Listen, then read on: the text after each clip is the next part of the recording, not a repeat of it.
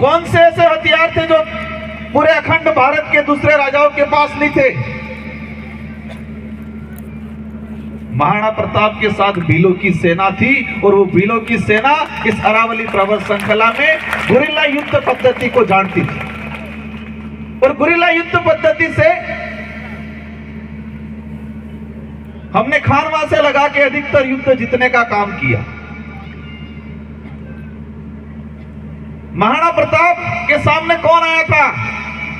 अकबर का सेनापति आया था जिसका नाम था मानसिंह।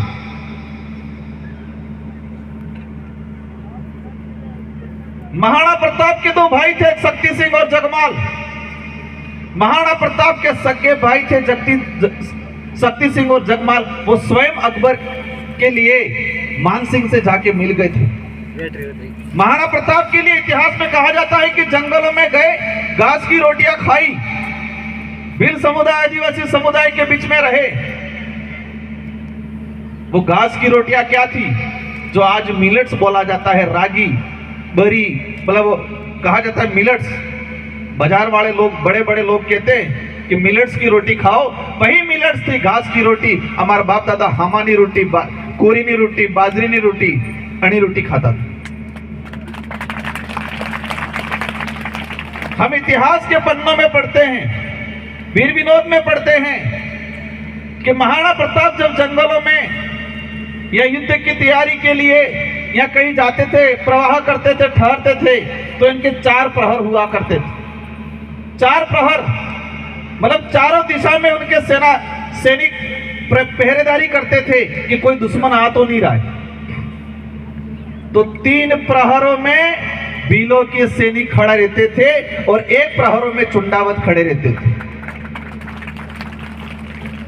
4 दिशा में 4 प्रहर बना के रखते थे महाराणा प्रताप। तो 3 दिशाओं में भीलों के सैनिक खड़े रहते थे और 1 दिशा में चुंडावत के सैनिक खड़े रहते थे। महाराणा प्रताप के लिए जो भोजन के बारे में हम पढ़ते हैं,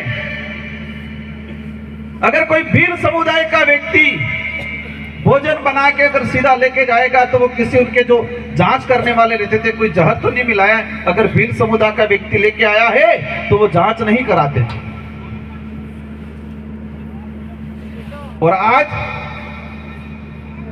ऐसे संगठन जो महाराणा प्रताप की जयकारे लगाते हैं, हमें भी गर्व है महाराणा प्रताप पे, लेकिन आप महाराणा प्रताप की जयकारे लगा के भीलों के लोगों पे अत्याचार करते हो तो मेरी नजर में वो नहीं हो सकते। मेरी नजर में उनके तुम सम्मानजनक नहीं हो। और इसीलिए मेवाड़ का जो राज चिन्ह है, एक तरफ भीलों का सैनिक, एक तरफ राजपूत सैनिक खड़ा है। और आज क्या हो रहा है?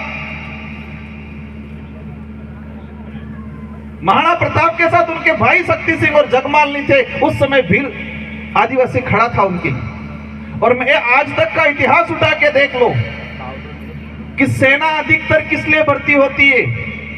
तनखा के लिए। तो मानसिंह की सेना हो या इस अखंड भारत की किसी भी राजा की सेना हो, औरंगजेब की सेना हो, अकबर की सेना हो, अधिकतर सेना तनखा पे आती थी। या किसी छोटे राजा की टुकड़ी आती थी तो वो जागीरदारी मिले यूं करके आती थी।